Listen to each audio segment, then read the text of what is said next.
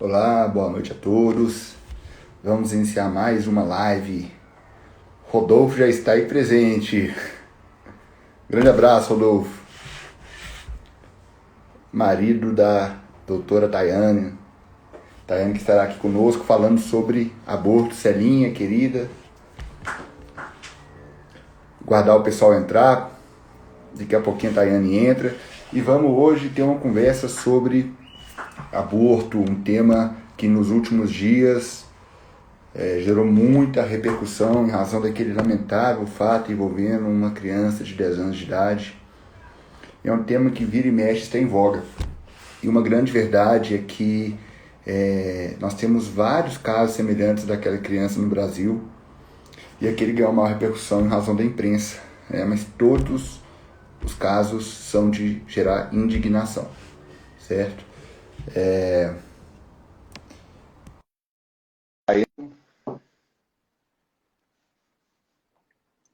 Doutora Tayane Elarazzi. Olá, Olá, Tayane. Rodrigo. Tudo bem, Tudo bom? pessoal? Tudo jóia Joia. por aí? Tranquilo. Vamos lá? Obrigado. Obrigado por ter aceito participar dessa conversa e tenho certeza que vai ser muito proveitosa para todos, porque envolve dois pontos que todos têm interesse em saber no aborto, né? O aspecto médico e o aspecto jurídico, né? Com certeza, com certeza. É um tema que até eu mesma tenho várias dúvidas, né? Inclusive, essa live surgiu por muitos questionamentos, até meus mesmo, para o Rodrigo, né, Rodrigo? E meus para você também. Em relação a aspectos jurídicos, né, do aborto. E no caso, a gente se propôs a fazer essa live para discutir não aquele tema em específico, né? Que aconteceu semana passada, o caso que você estava comentando daquela menininha de 10 anos, mas abordar mais no geral, né? O aborto, a realidade do aborto no Brasil no geral. E, assim, tudo que a gente discute hoje nós conversamos antes, a gente queria deixar bem claro que isso não se trata da nossa opinião. Aqui a gente não quer saber se eu e o Rodrigo somos a favor, se a gente é contra o aborto. Nós não vamos Não discutir é a isso. questão, exatamente. Tudo aqui é a realidade médica, a realidade jurídica desse assunto no Brasil. É algo mais descritivo mesmo, porque é um tema que envolve, de fato, saúde pública, né? Sim, E então, assim, queria te agradecer essa oportunidade. Eu fico muito lisonjeada de estar participando com você aqui hoje. eu que agradeço por ter aceito e o pessoal que está entrando ainda, né? Independentemente do número de pessoas que estiverem nos assistindo, se o Instagram permitir, porque na última live que eu fiz, eu não consegui salvar o vídeo. Eu espero que isso não aconteça dessa vez. Sério? E me falaram que quando encerra, eu não posso deixar encerrar, eu tenho que terminar um pouco antes para não ter esse problema, ou já falaram que tem nada a ver, então eu não sei, né? Aham, Mas assim, fato é que deixando gravada, vai ter a oportunidade de chegar aí a um número muito alto de pessoas, com certo? certeza. Então vamos lá, Tayane, fique à vontade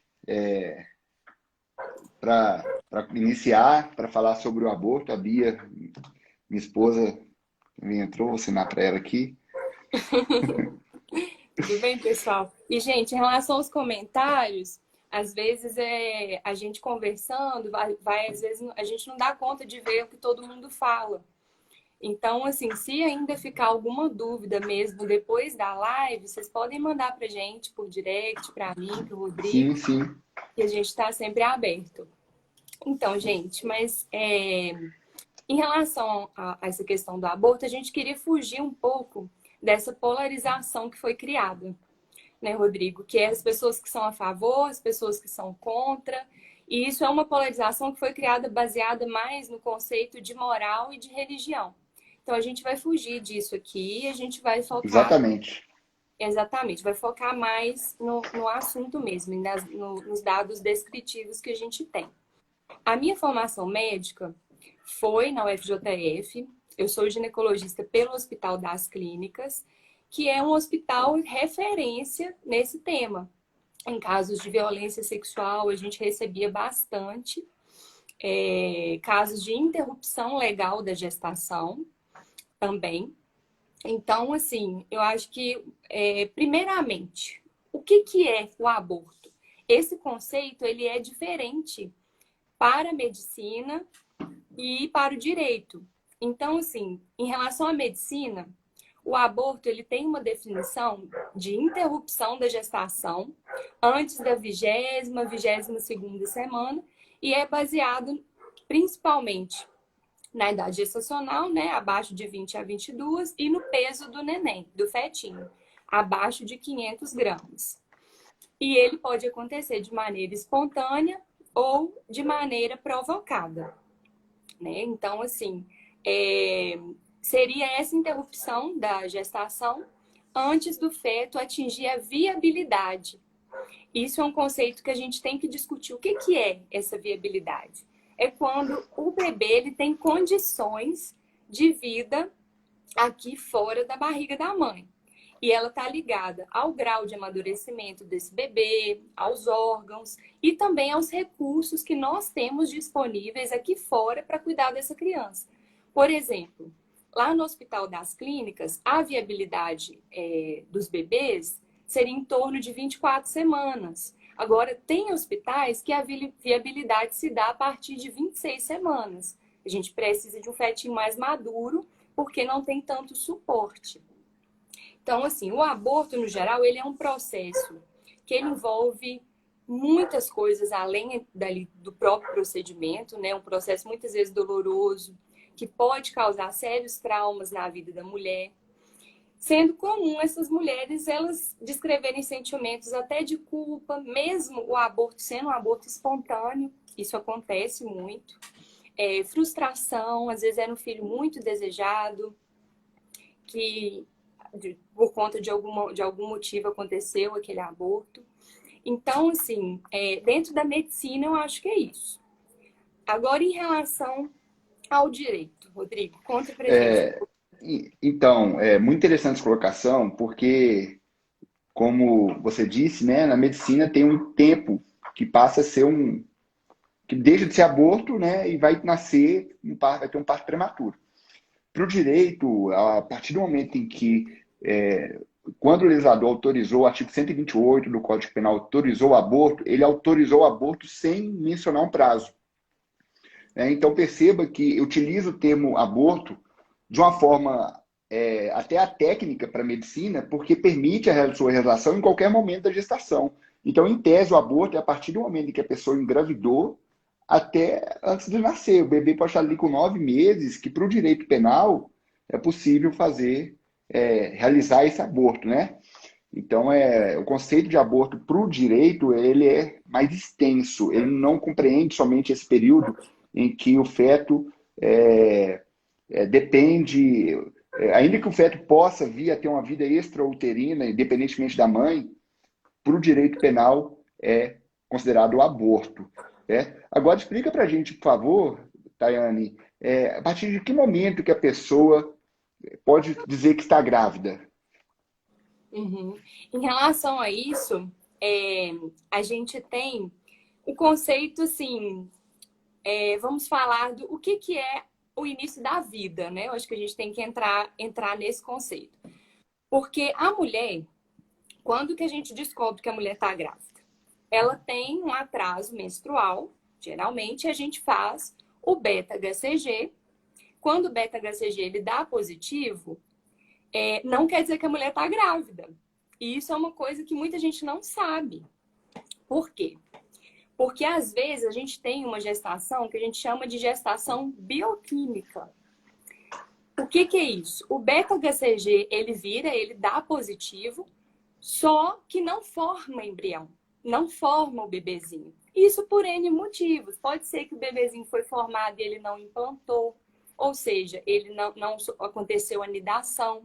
Então, nesses casos de gestação bioquímica, a gente nem considera que a mulher teve um aborto, mesmo estando com o beta-HCG positivo.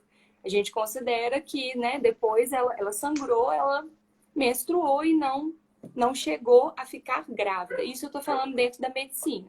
Né? Agora, em relação ao conceito da vida, tem várias vertentes. né? Eu acho que, assim, para a medicina, a gente sabe que após a fertilização ali do espermatozoide com o óvulo, ela pode ser feita até em laboratório. Então, assim, não necessariamente ter fertilizado quer dizer que essa mulher vai estar grávida, entendeu? Então, assim, em relação a isso, teria que ter anidação, que é quando esse embrião que foi fertilizado, ele implanta ali no útero. E agora, então, assim, a mulher está grávida a partir do momento que o beta-HCG fica positivo, mas que tem um embriãozinho lá dentro do útero crescendo, que vai se tornar um feto futuramente.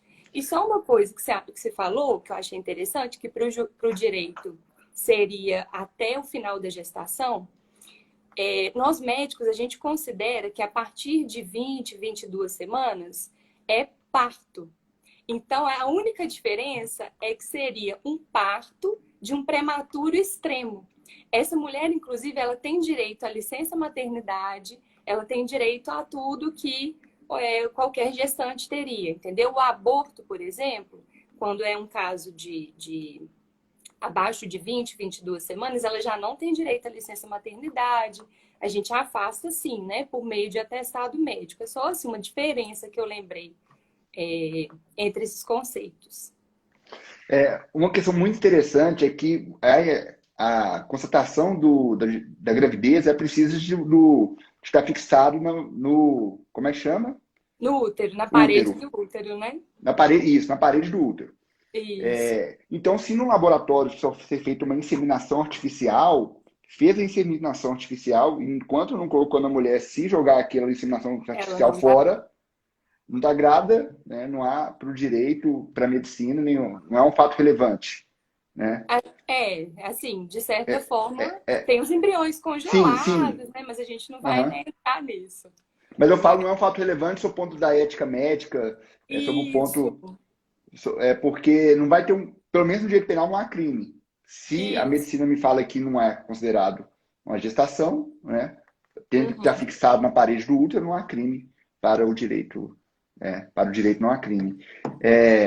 Muito interessante sua colocação, e no Brasil, Tayane, há previsão em lei somente de duas hipóteses de aborto, né? Que é o aborto necessário ou terapêutico, que é aquele que a Uhum. pessoa está correndo risco de vida, né? Exatamente. E há o aborto humanitário, sentimental, que é aquele que decorre do estupro, né? Uhum. Na verdade, a gente fala que são três, né? Porque tem esses Tem, dois casos e sim, tem da questão da anencefalia que entrou agora, se eu não me engano, em 2012. Mas vamos eu ia falar chegar sobre lá. isso, né? É porque a anencefalia não é prevista em lei. É uma decisão do Supremo Tribunal Federal. E na Ah, decisão do Supremo Tribunal Federal, ele falou que não considera, em que pese todo mundo falar aborto, está transcrito nessa decisão, que o aborto do anencefalo, que todo mundo fala, né, na verdade não é um aborto porque não há possibilidade de vida extrauterina. Se não há possibilidade de vida extrauterina, tecnicamente, não é aborto. O STF falou isso na decisão dele, mas os livros falam aborto, popularmente conhecido como aborto. Né? Então entendi. vamos lá. Vamos conversar agora sobre o aborto necessário, aquele que há o risco de vida para a mulher. Né? É, Sob o ponto de vista médico, como é que caracteriza esse risco de vida? O que é isso? Como é que funciona isso? pois é, gente, tem caso que assim, não tem discussão. Por exemplo, tem mulheres com cardiopatias muito graves. É só um exemplo, assim, que quando ela engravida, por conta das alterações que a própria gravidez gera no corpo da mulher, isso vai acontecer uma sobrecarga nesse coração, no caso, né, falando da cardiopatia, que a mulher não aguenta. Ela pode morrer com isso. Inclusive, teve um caso lá que a gente viu no Hospital das Clínicas, que foi um caso muito grave de uma cardiopatia reumática. A paciente ela chegou para a gente muito tardiamente, ela chegou em torno de 28, 30 semanas, ou seja, já tinha uma viabilidade fetal. Traduzindo para vocês, isso é em torno do sétimo mês. E assim, foi urgência, porque ela teve uma parada cardíaca e nós tivemos que tirar esse neném dentro do CTI, em condições, assim, que não eram as apropriadas para isso. Mas foi porque essa gestação foi levada adiante, né? Uma paciente do interior, ela não tinha, assim, conhecimento, não procurou atendimento médico. Então, aconteceu isso e o desfecho não foi bom. Ela faleceu e o neném também acabou falecendo depois. Então, assim, tem situação, gente, que de fato não tem discussão. Esse é um exemplo. Agora, o que foi levantado semana passada, né, sobre uma menina de 10 anos, eu recebi muitas perguntas de vocês perguntando, mas uma menina de 10 anos, ela tem condições de levar uma gestação adiante? Só pela gestação ela iria ter esse risco de morte? Então, vamos pegar uma menina de 10 anos qualquer. Eu não estou falando daquela em específico, até porque eu não conheço o histórico médico dela, eu não sei, né, todas as condições do caso, né? Mas, assim, uma menina de 10 anos tem maior risco de pré-eclâmpsia, por exemplo, que é uma doença que acontece muito em extremos de idade reprodutiva. Eclâmpsia, que é quando tem convulsão, que evolui com síndrome HELP, que é muito grave, o paciente fica no CTI e tem sim risco de morte, né, se não for dada assistência. Pode acontecer um parto ali, que a gente chama de distóxico, é um parto... porque o que acontece? O corpo dela, a formação óssea, ainda não é totalmente formada, não é igual a de um adulto. Então, tem esse risco também. Temos também o risco de hiperêmese gravídica, que são náuseas, vômitos exacerbados no início da gravidez. Hemorragia puerperal. Outra coisa que a gente tem que levar em conta, depressão, gente, puerperal, a questão mental.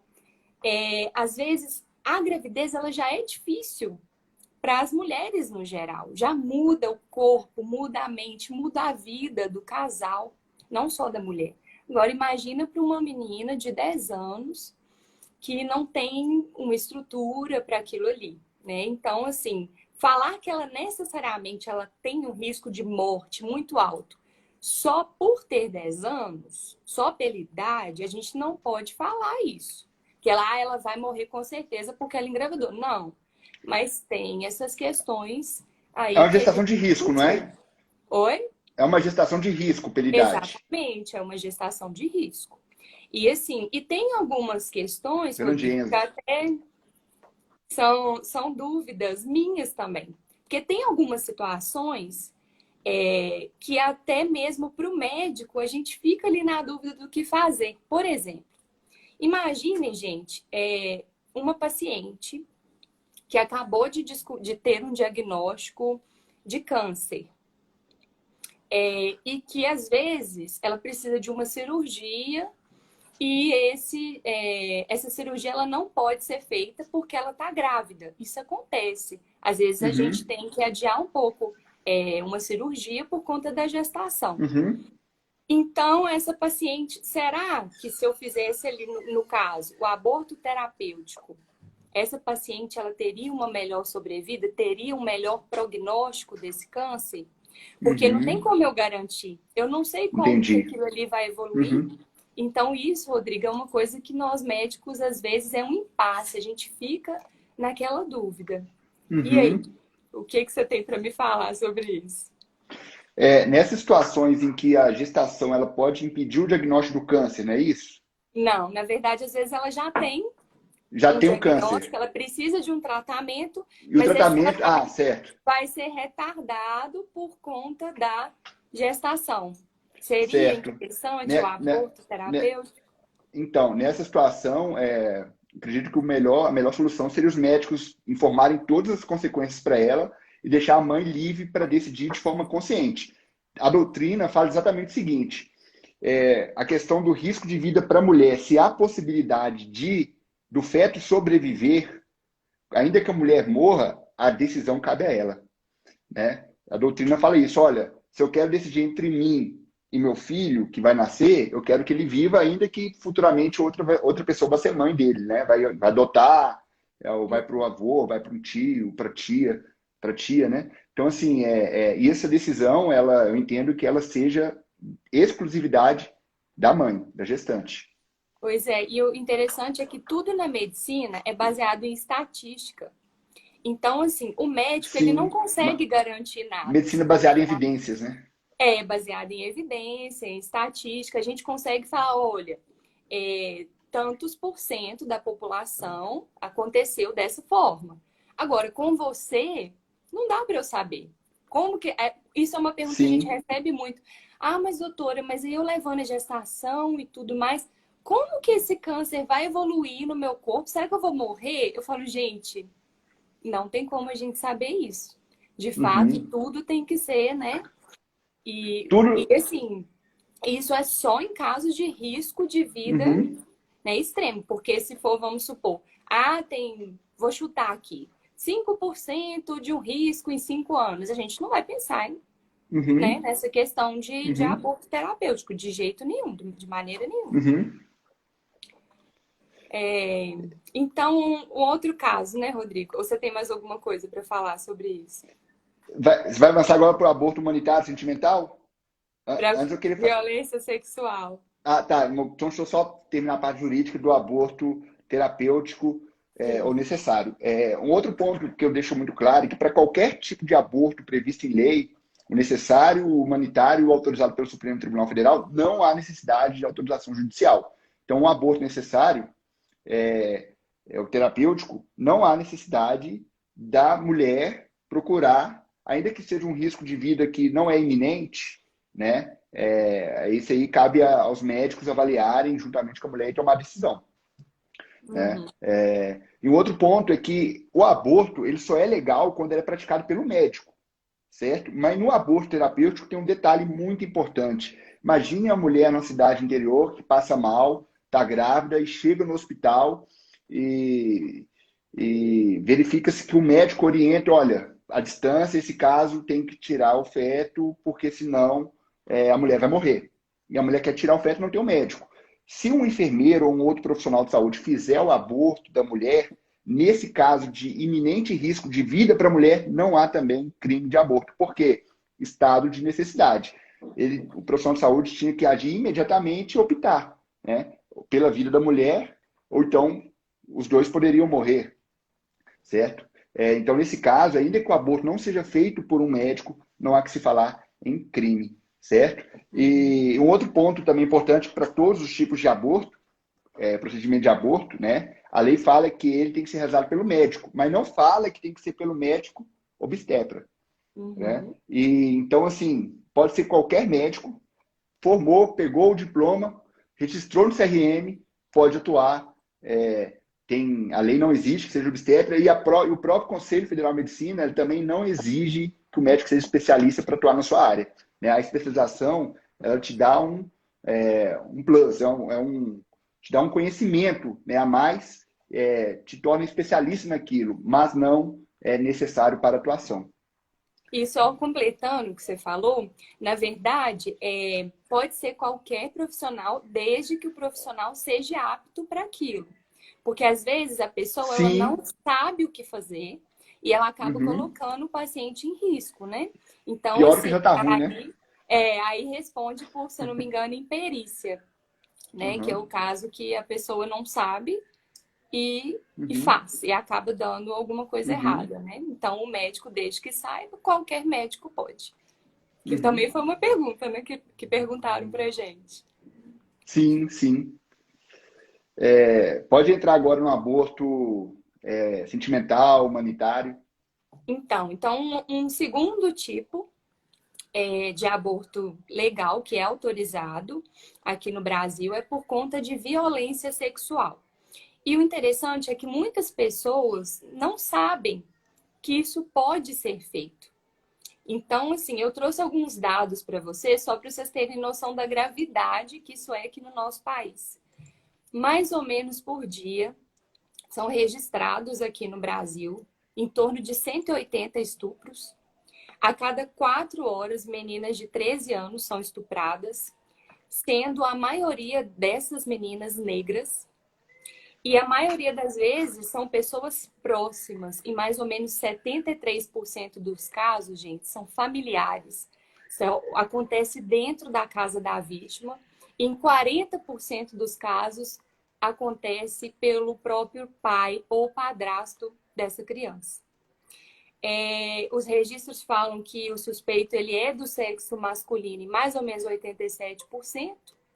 E as adolescentes prevalecem em torno de 46%.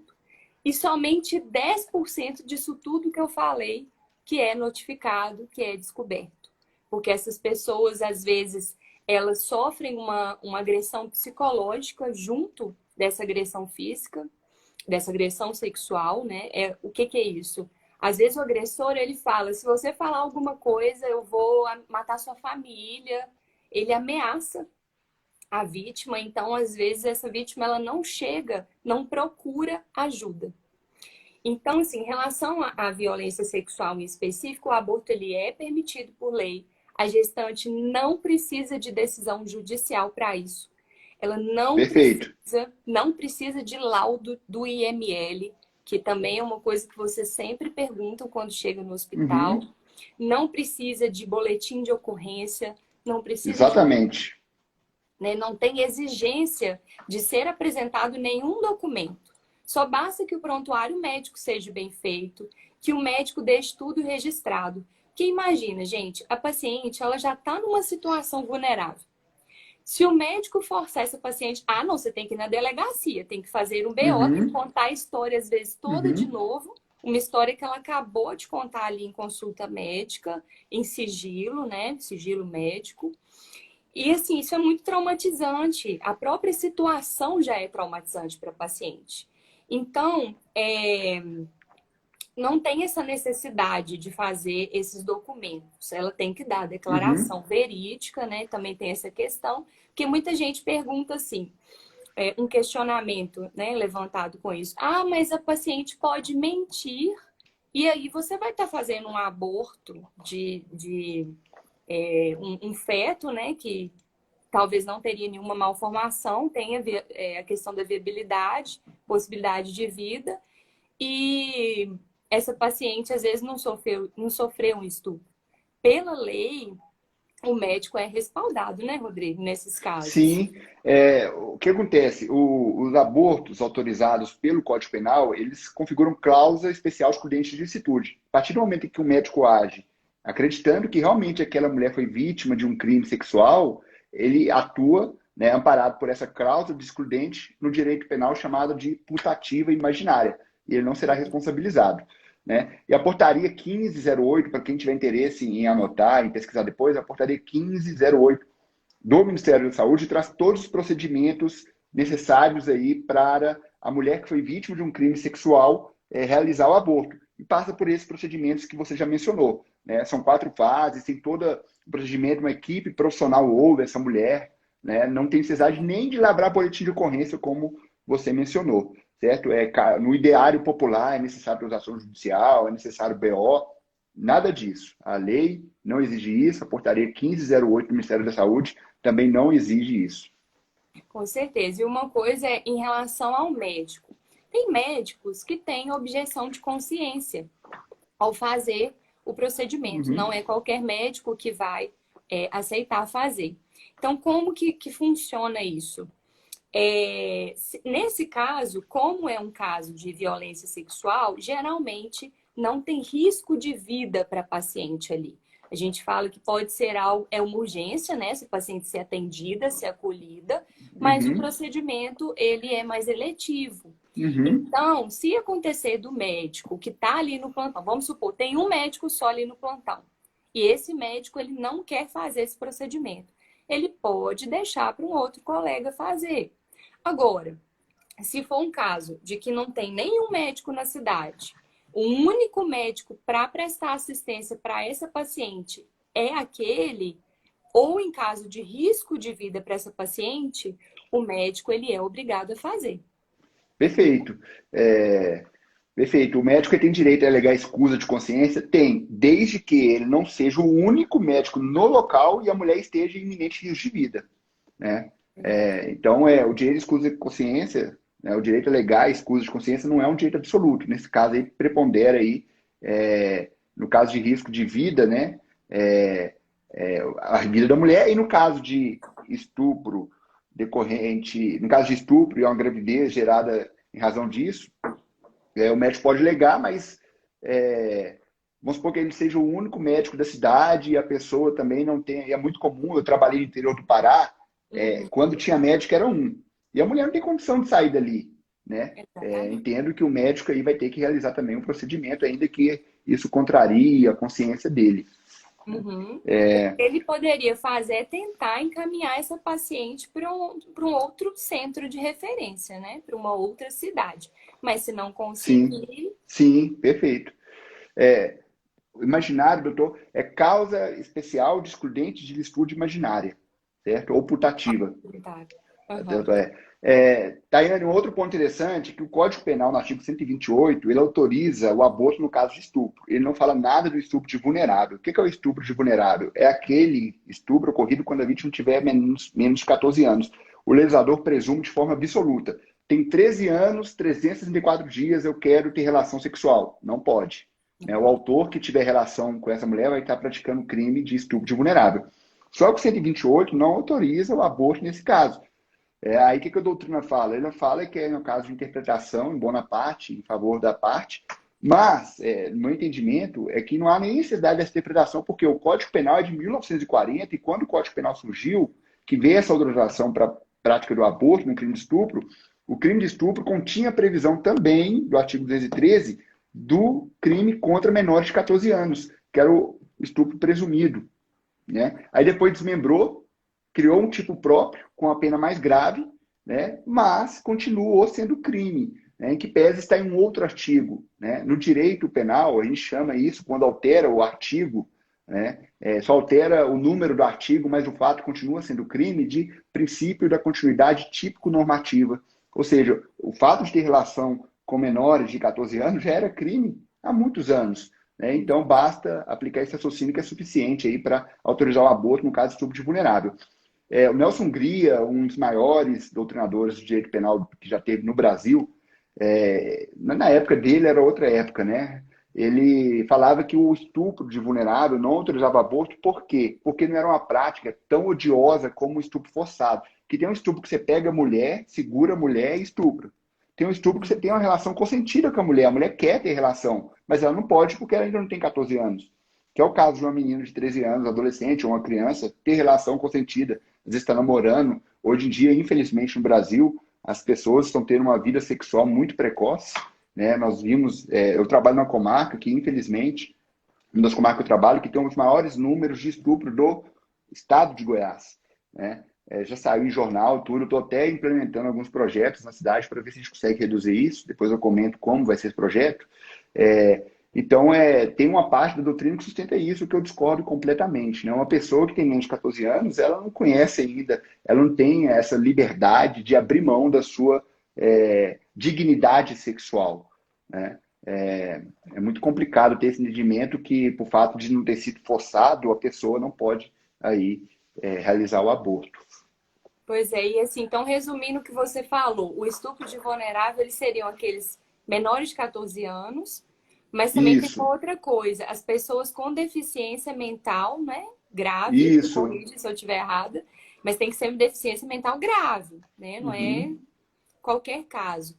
Não interessa consentimento, gente, sempre uhum. vai ser considerado estupro e essa pessoa sempre vai responder por um crime, né, perante a lei. Exatamente. A enfermidade ou deficiência mental que impeça a pessoa ali de saber o que está fazendo, a pessoa Tomar as aproveita dessa decisões. situação, né? Uhum, beleza. E agora, só uma coisa também que eu queria falar em relação a essa paciente. Quando chega no hospital, o que acontece ali no hospital? Sabe? Quando a paciente dá entrada com um caso de violência sexual, como que é o procedimento? Quanto tempo que demora? Você já chega, você já interna de cara para fazer? Na verdade, gente, quando chega em um hospital de referência, né? Eu vou falar o caso do HC, que foi a minha experiência durante a minha residência médica. Ela é direcionada, a gente faz o primeiro atendimento, o acolhimento, prescreve todas as medicações, porque a gente tem que prescrever medicações para prevenir DSTs, que são as doenças sexualmente transmissíveis, né? Colhe a história, vê como que foi o ato, se teve penetração, se não teve. Para cada um a gente vê o que vai ser feito. Se precisa de um contraceptivo de emergência, se não precisa. Pedimos exames também, colhemos sorologias dessas pacientes. Aí, depois que faz esse primeiro atendimento, outra coisa, durante o atendimento, se a paciente desejar colher material para a polícia, a gente colhe também. Não é obrigatório, mas o médico ele colhe. É colhido a partir de suaves, que são os cotonetinhos, os cotonetes um pouco maiores, que a gente colhe suave vaginal, suave na boca, debaixo das unhas. Isso tudo é para ajudar na investigação policial, se for o caso da paciente querer essa investigação, né? Posteriormente, não é obrigatório. Então, acontece esse primeiro atendimento e lá a gente já direciona essa paciente para um ambulatório em que ela vai consultar, que é um ambulatório específico de violência sexual, e isso é muito rápido. Lá acontece, por exemplo, se a paciente chega hoje, quinta-feira, amanhã cedo, na sexta de manhã, ela já estaria indo para esse ambulatório de violência sexual, onde ela lá vai ter o apoio do médico ginecologista, de psicólogos, de psiquiatras, de assistente social. Então, é uma equipe multidisciplinar. O serviço ele já é estruturado para isso. E lá vai ter esse acolhimento desde o momento que ela sofreu a violência. A gente acompanha para ver se essa violência resultou em gestação ou não, porque tem casos que não acontece gestação, mas se acontecer a gestação, essa paciente, ela quer interromper, beleza, a gente vai apoiar ela. Agora, não quer interromper, vamos apoiar do mesmo jeito. Então, ela vai ter esse acompanhamento até após o nascimento do bebê, né? Se for o caso, se ela desejar manter a gestação, se ela desejar, vamos supor que ela queira encaminhar essa criança para adoção, que é algo que acontece muito também. A gente dá todo o suporte e a ajuda para essa paciente nesse momento. E isso eu estou falando aqui para vocês porque eu acho que falta um pouco de divulgação dessas informações, sabe? Principalmente em relação às instituições públicas, porque a gente vê que as pacientes chegam muito desorientadas ali naquele momento, não sabem direito o que vai acontecer. E isso é um tabu ainda, sabe? A sociedade ainda encara isso com um certo tabu e às vezes a informação ela não consegue chegar ali para quem tem que chegar. Às vezes nem para a equipe médica chega informações dessa forma. Tayane, muitos pontos que você falou são extremamente relevantes. Eu dar entrar na área jurídica, né, a questão de coleta de materiais para perícia. Isso. Antigamente, os crimes sexuais, eles dependiam da manifestação de vontade da vítima. Não sei se fosse contra crianças, adolescentes, mas os crimes sexuais, hoje em dia, todos não dependem da manifestação de vontade da vítima. Então, se uma criança, principalmente criança, mas se uma pessoa adulta é vítima de estupro, ainda que ela não queira que o Estado apure, que o promotor denuncie, que o juiz condene, não tem como, né? Mudou.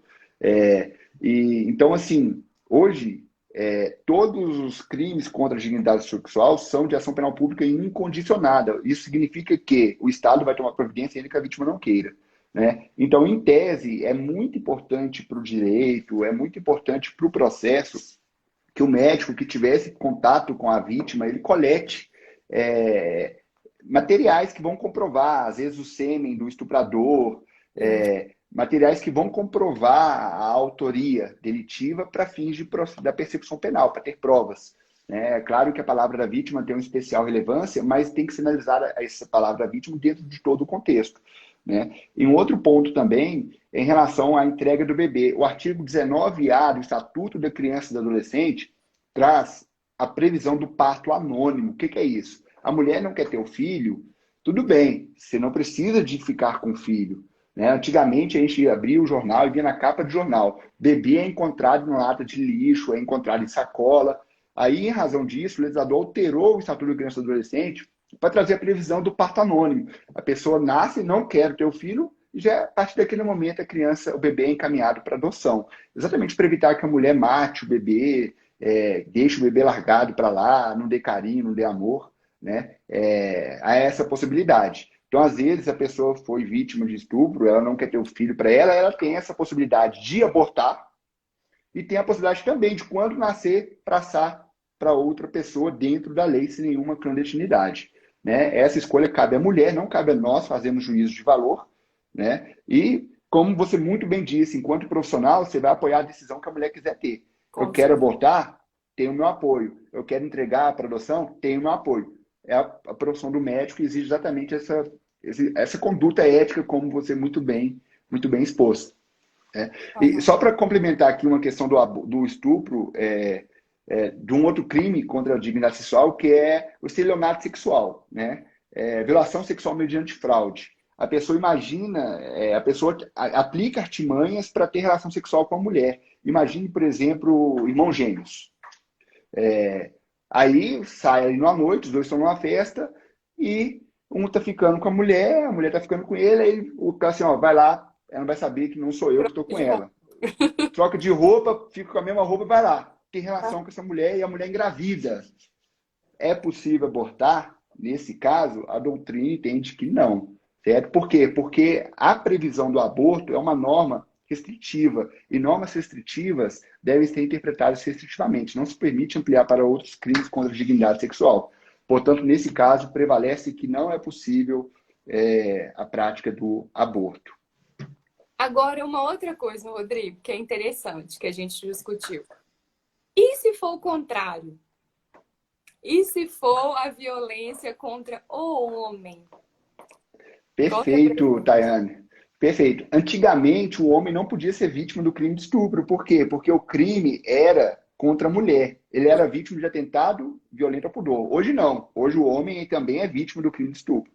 Imagina, então, que uma mulher estupre o homem. Ah, uma mulher vai estuprar o homem? Como? Como É assim? possível. Como que isso Acontece. acontece? Acontece. Inclusive, eu li essa semana uma notícia, mas é uma notícia de 2018 em São Paulo, de uma mulher que estuprou um adolescente. Né? Não sei se tinha 13 ou 14 anos. Então, é possível. E se isso acontecer, o pai vai poder exigir que a mulher aborte? Prevalece que não. Por quê? Porque o artigo 128, inciso segundo, dá uma lidinha aí. Lá fala que a decisão é da gestante. Gestante é mulher.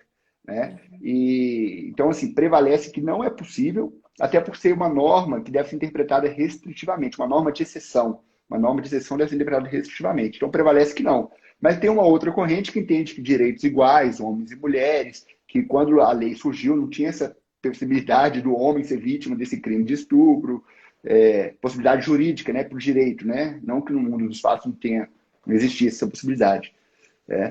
Certamente, se isso um dia vier a ser enfrentado pela justiça, eu acredito muito que vai prevalecer o entendimento que não é possível. Aí discute-se se esse homem vai ser obrigado a pagar pensão alimentícia para um filho que ele não quis ter e que ele foi vítima de estupro. Pois é. É uma outra discussão, né? Vai prevalecer aí os direitos do bebê a ter uma pensão ali para pagar suas necessidades, ou o direito do pai que foi estuprado. É uma outra discussão que eu não tenho resposta, né? A doutrina se diverge, a jurisprudência não tem jurisprudência disso. É só quando acontecer mesmo nós vamos ficar sabendo. É. Agora, então, para complementar esse assunto da questão da violência sexual, eu só queria contar para vocês que aqui em BH tem uma coisa que é muito interessante que acontece no Hospital das Clínicas, que é um programa, ele chama Para Elas. Ele é um projeto criado pela UFMG, que ele é voltado para mulheres em situação de vulnerabilidade. O que que é isso? Não somente violência sexual, mas mulheres com dificuldades em questão de gênero, profissionais de sexo, mulheres trans, mulheres vítimas de violência em qualquer pode ser violência física dentro de casa, agressão, não somente violência sexual, entendeu? Então, assim, é muito interessante porque Tem locais, gente, que essas mulheres elas são acolhidas. E aqui eu queria até parabenizar, né, meus preceptores pela iniciativa de criar esse projeto. Ele acontece toda sexta-feira de manhã e ele é aberto a público. Então você não precisa de nenhum encaminhamento para poder ir, né? Se eu não me engano, ele foi por conta da pandemia, teve uma diminuição dos atendimentos, mas o ambulatório de violência sexual, por exemplo, foi um ambulatório que continuou, porque ele é muito importante ter esse acolhimento das mulheres. Então, assim, só para vocês saberem o que fazer, Ótimo, né? O ótimo. primeiro passo. Tayane, só um ponto muito interessante e muito polêmico também, é a questão da presunção absoluta de que menores de 14 anos, elas não podem ter relação sexual. Quem tiver sexual com elas pratica crime, né? Então, o Rafael perguntando o que eu acho desse caráter absoluto, essa presunção absoluta. Eu acho que é absoluto, sim, né? Mas eu acredito que a gente não pode querer aplicar o direito com olhos fechados para qualquer caso, né? E já teve um caso que eu julguei, Tayane, saiu na imprensa, se vocês pesquisarem no Google, vocês vão achar. Exatamente um estupro de vulnerável, a pessoa tinha 18 anos, e a menina tinha menos de 14, não lembro se eram 13, 12, 13. E isso veio ser descoberto muito depois. Criança cresceu, se casaram, moravam juntos, o pai trabalhava, sustentava família. Formou uma situação ali que eu entendi que naquele caso a condenação do pai, colocar ele na cadeia, no mínimo 8 anos de prisão que ele ia pegar, ia desestruturar a família, a criança que já estava nascida ia ficar sem alimentos, a mãe ia ficar sem alimentos, eles não iam ter onde morar, com o pai que mantinha tudo, o pai que cuidava de tudo, já estavam juntos há muitos anos, casados. Então, é uma situação que eu entendi por excepcionar essa presunção absoluta, para a preservação da família. Eu entendi que nas injustiças cometidas entre a dignidade sexual e a violação, ali terminar com a família, destruir uma família, a pessoa ficaria presa muitos anos, trabalhava, mantinha família, os dois viviam bem. Laudos de psicólogos, especialistas falaram que a mulher não estava nenhum dano, estava feliz com a família, criança, tudo certo. Uma família bem formada, bem estruturada, né? Em que pese ter começado a praticar a relação sexual entre os 14. Nesse caso, eu absolvi o pai e o Ministério Público não recorreu, o trânsito foi julgado e a pessoa ficou impune por esse crime. Uhum.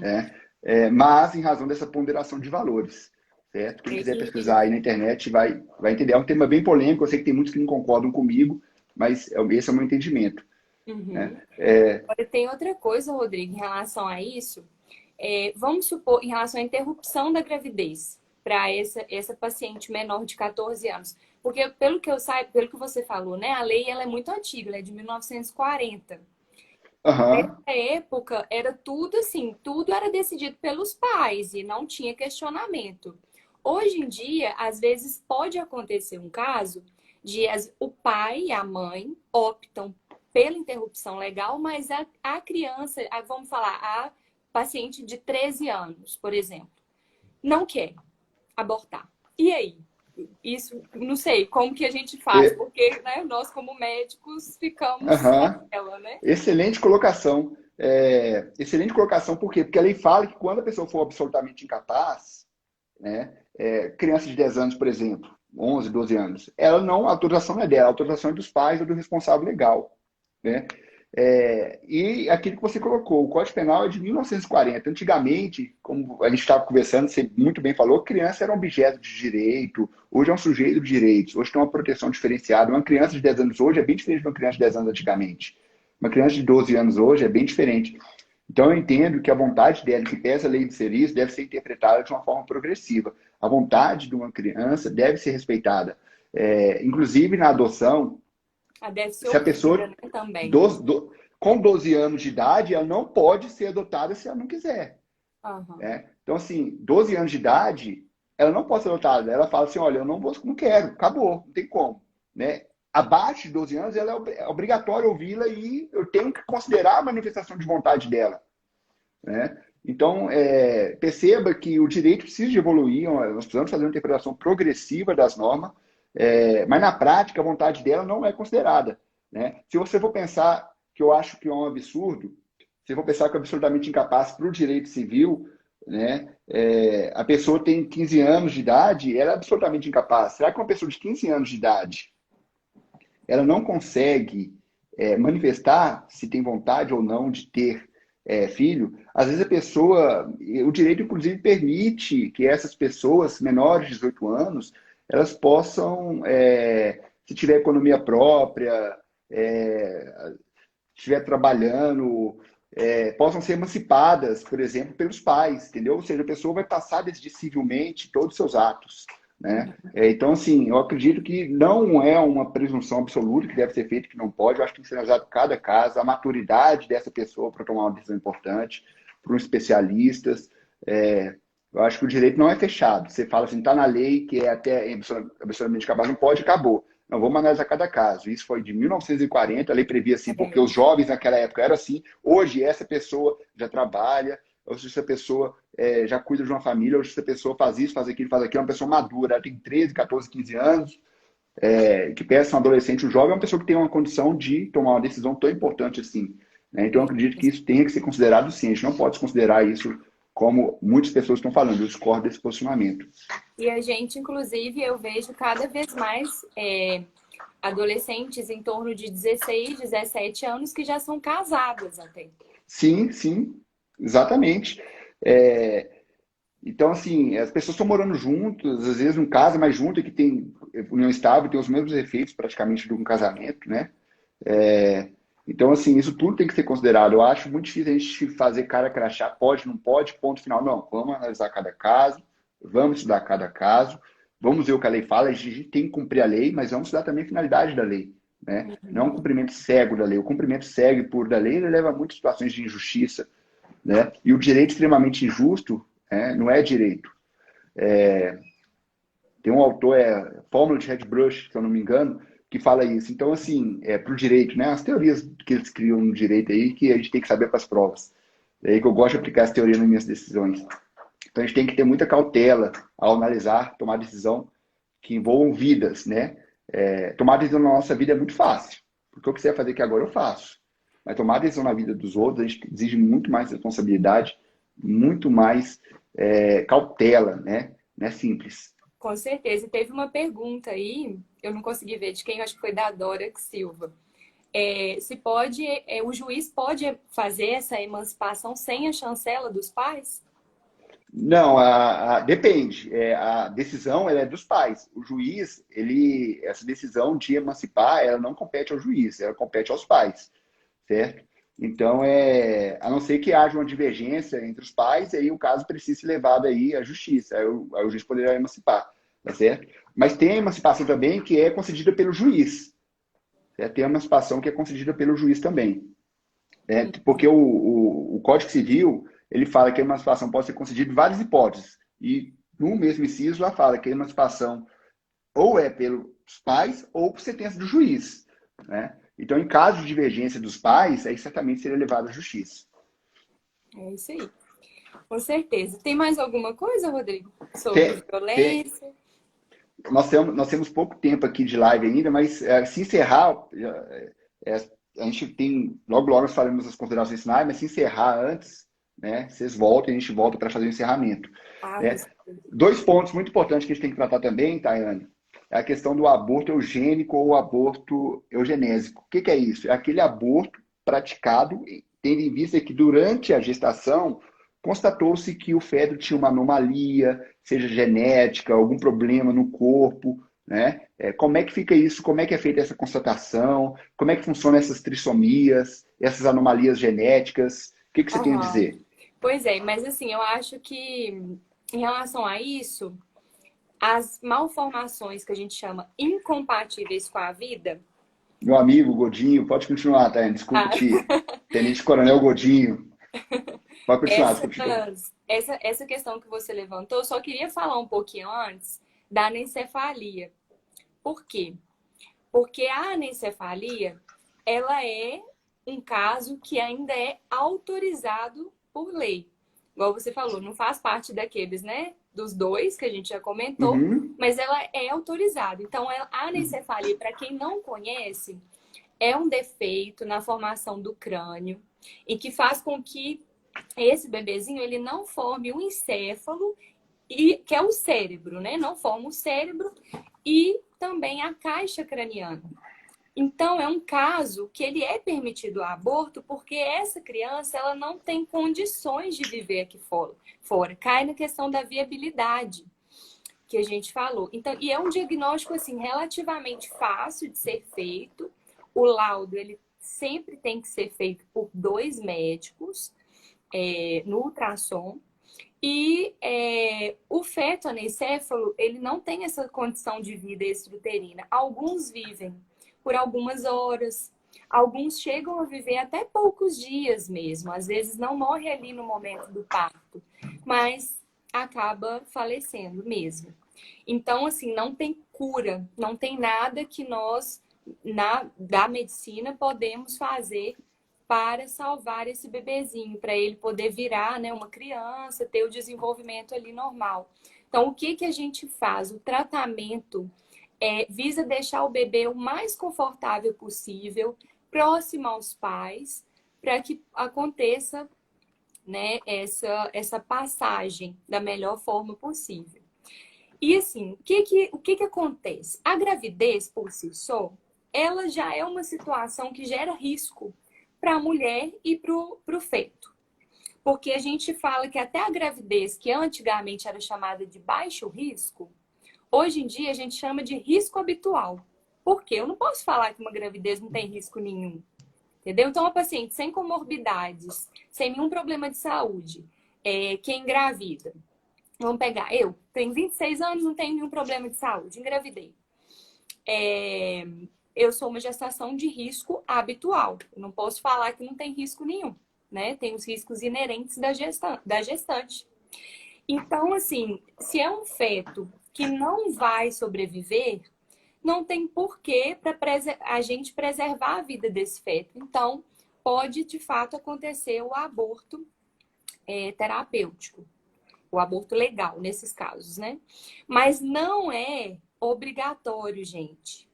Isso é importante. Tem mulheres que levam essa gestação até o final, não tem problema nenhum nisso. Inclusive, durante a residência, eu vivi uma situação assim, que eu até escrevi para vocês num quadro que eu tenho, que chama Crônicas de uma Obstetra, que foi uma paciente que ela teve o diagnóstico de um feto anencéfalo, mas ela optou por continuar a gestação.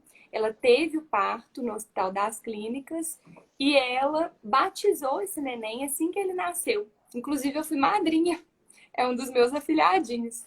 Então, assim, Que foi um legal. relato, foi muito emocionante, sabe? Essa experiência que eu vivi ali na sala de parto.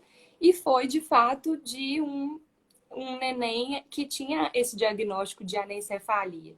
Mas tem o outro lado. Se ela quiser optar por não levar a gestação, não tem problema. Né, Rodrigo?